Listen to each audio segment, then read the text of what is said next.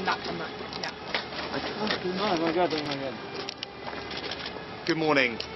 I'm pleased to be here in Israel at this important time.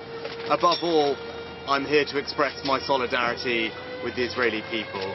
You have suffered an unspeakable, horrific act of terrorism, and I want you to know that the United Kingdom and I stand with you.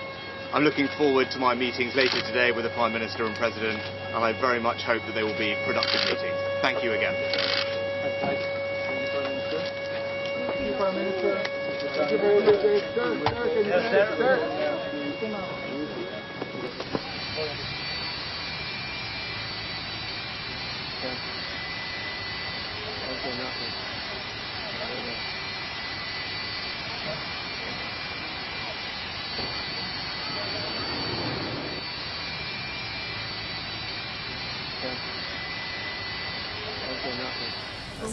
Sir. Very good to see you again. I'm sorry about the circumstances. Welcome, Prime Minister. We are extremely grateful for your visit to Israel, because you've come to visit Israel in our darkest hour, but we will overcome and prevail, and it will be our finest hour. I'm basing myself on a quote from Winston Churchill, because I'm reminded every day now about what my late father, Chaim Herzog, told me about the days of the Blitz in London. He was there as a student in Cambridge. Thank you for the warm welcome. It is a privilege to be here at this difficult time for you and for your people, but I wanted to be here. And first and foremost, I wanted to express my solidarity with you and your country after you have suffered something unspeakable, a barbaric act of terrorism, and to your last point, we should call it what it is. An act of terrorism perpetrated by an evil terrorist organization, Hamas. That's what I believe, and that's what we will continue to say. And in that vein, we will stand with Israel. We will stand with you in solidarity with your people and your right to defend yourself, to bring security back to your country, to your people, to ensure the safe return of the hostages that have been taken. And I know we will talk further about that later on, because that's the right thing to do. You have not just a right to do that, I think you have a duty to do that, to restore that security to your country. But I'm also grateful to you for the support that the Israeli government has provided to the families of British nationals who have been caught up in this tragedy. I very much appreciate that, and I know we will continue to cooperate closely and support your efforts to ensure the safe return of all the hostages that Hamas have so cruelly taken.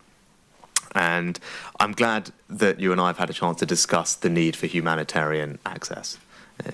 Palestinians are victims of what Hamas has done, and it's important that we continue to provide humanitarian access. I welcome the announcement yesterday. We in the UK have announced further aid that we're prepared to bring into the region, and we're keen to see that that gets to those who need it, to enable, as you say, when people have been asked to leave, to protect civilian life, which is the right thing to do. Where we can support them, we want to do that, and I very much welcome the progress that we've made on that, and I know we will continue to make it. So again, thank you for having me here at this important time. The relationship between our two countries has always been strong, but I want you to know at this particular moment, you don't just have our friendship, you have our solidarity, and we'll be with you.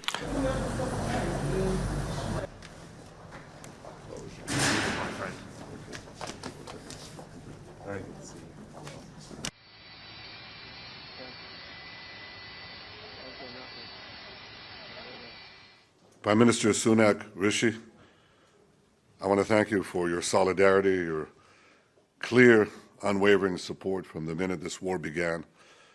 I think the fact that you came to Israel tells us a lot. I said to President Biden yesterday that there's one thing more heartwarming than standing with Israel, it's standing in Israel.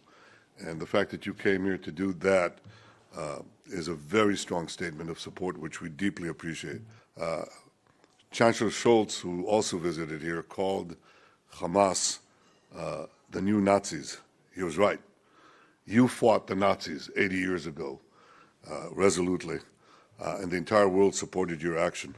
President Biden called Hamas worse than ISIS. He's right, too. Hamas are the new Nazis. They're the new ISIS. and we have to fight them together, just as the world, the civilized world, united to fight the Nazis and united to fight Hamas. It must together now stand with Israel. This is not merely our battle, it's the battle of the entire civilized world. It's the battle of Israel, it's the battle of the moderate Arab countries, it's the battle of Western civilization, the battle of the free world, the battle for the future. We have here two forces. One is an axis of evil led by Iran through Hezbollah, Hamas, and others that want to bring back the Middle East to the Middle Ages, to an age of bondage and war and slavery and annihilation. And the other force is the forces of progress and humanity that want to push the Middle East into a world of peace and prosperity. 80 years ago, Prime Minister, the civilized world stood with you in your darkest hour. This is our darkest hour. It's the world's darkest hour. We need to stand together, and we want to win. And this is why I value your support, and the fact that you're here. We must win together. That means that this is a long war, and we'll need your continual support. In the last 2 weeks, this country has gone through something that no country, no people should have to endure, least of all Israel, which has lived through some of the most awful scenes, the spectre of violence and terrorism every day of its existence. And I want to share the deep condolences of the British people and stress that we absolutely support Israel's right to defend itself in line with international law, to go after Hamas, to take back hostages, deter further incursions, and to strengthen your security for the long term. I know that you are taking every precaution to avoid harming civilians, in direct contrast to the terrorists of Hamas, which seek to put civilians in harm's way. But I also want to thank you for the support that your government has given to the families of British nationals caught up in this horror, including your efforts to release the hostages, secure their release, and I know that we will continue to cooperate, particularly with regard to the British nationals that are involved. We have seen the scenes over the past day that have shocked all of us, particularly at the hospital, and we mourn the loss of every innocent life, civilians of every faith, every nationality who have been killed. And we also recognise that the Palestinian people are victims of Hamas too.